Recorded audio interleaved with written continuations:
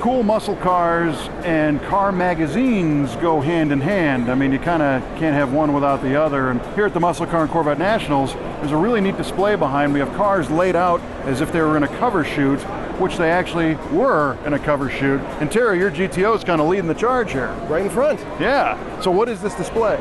This display is the Muscle Car Review magazine. It was a pre-convention issue photo shoot. And they took a muscle car from each of the manufacturers. Last year I was lucky to have my American Motors Javelin AMX in the display. But you see a GM car, you see a Pontiac, you see a Chevelle, you see a Plymouth Belvedere, you've got a Ford Mustang. So it's a duplication of the magazine cover shot. Very cool. And your GTO drew me in like a fly to a bright light. I mean, this car is beautiful. Thank you very much.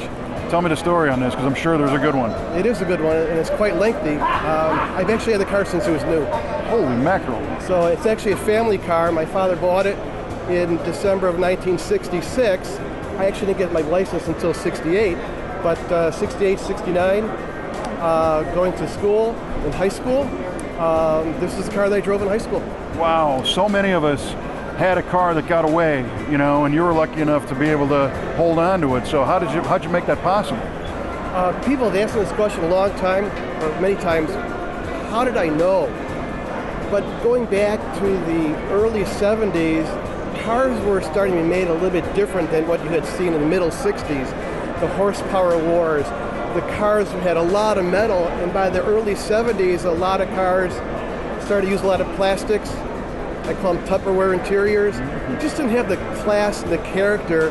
This car had a lot of John DeLorean influence, a lot of European influence. And just going to the dealerships and looking at the new cars in the early 70s, they just didn't compare to what you could have bought 5, 6, 7 years earlier.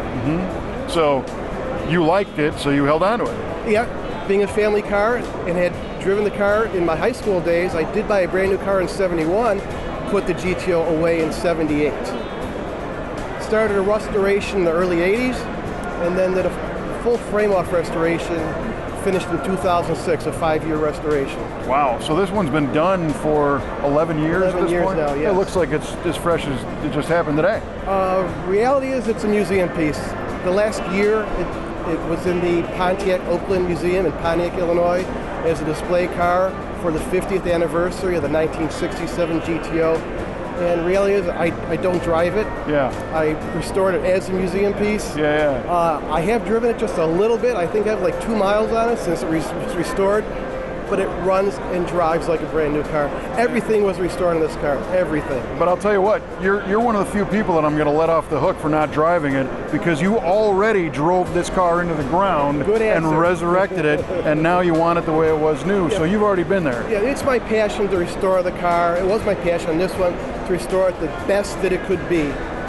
I was very lucky to win the GTO Association of America Best of Show Award in Wichita in 2010, and in 2012 it won the POCI, which is a Pontiac Auto Club International Best of Show in Chicago. Tremendous, very, very worthy of it.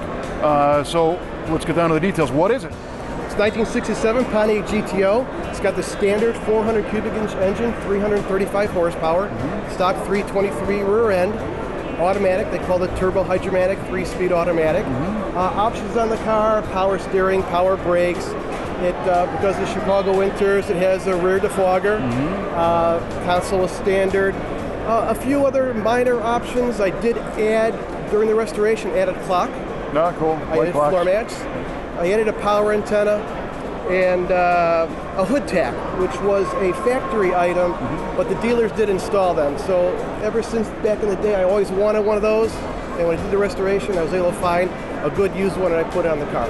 And the color is? It's called Signet Gold.